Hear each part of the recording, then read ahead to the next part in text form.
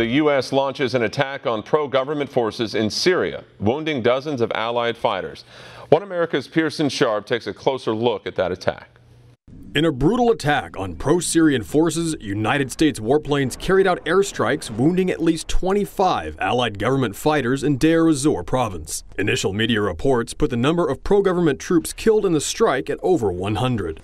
The U.S. coalition bombings were in retaliation over Syrian attacks against the U.S.-backed Syrian Democratic Forces.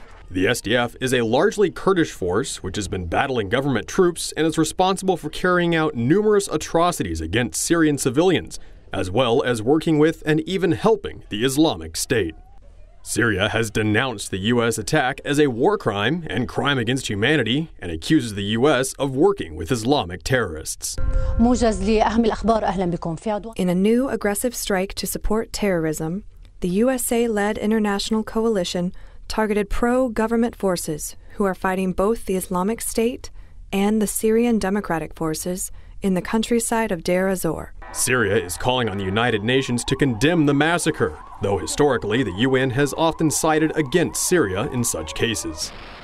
The U.S. claims it was acting in self-defense and that American forces were fighting with the SDF when it was attacked. However, the pro-Syrian militia was reportedly moving against an Islamic State sleeper cell when it was attacked by American-led forces.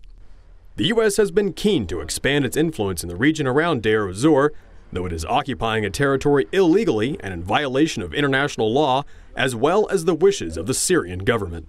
U.S. Special Forces have also been working with and training Islamic State fighters in the northeastern city of Al-Hasaka as recently as December. And it's not the first time the U.S. has attacked Syrian government forces.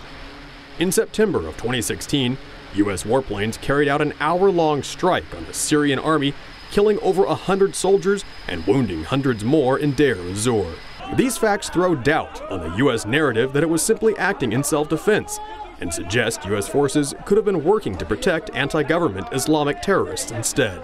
Kurdish fighters in the SDF have recaptured numerous oil fields in the area from ISIS. These fields produce enormous profits, but the Kurds are now refusing to return them to rightful government control.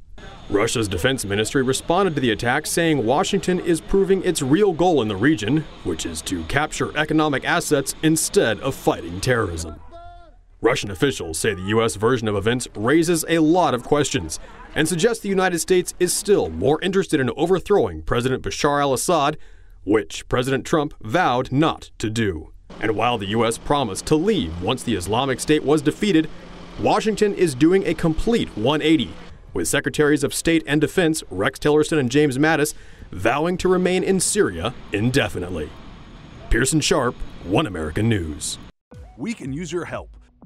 Call your cable provider and kindly demand that One American News is added to your lineup. Call today.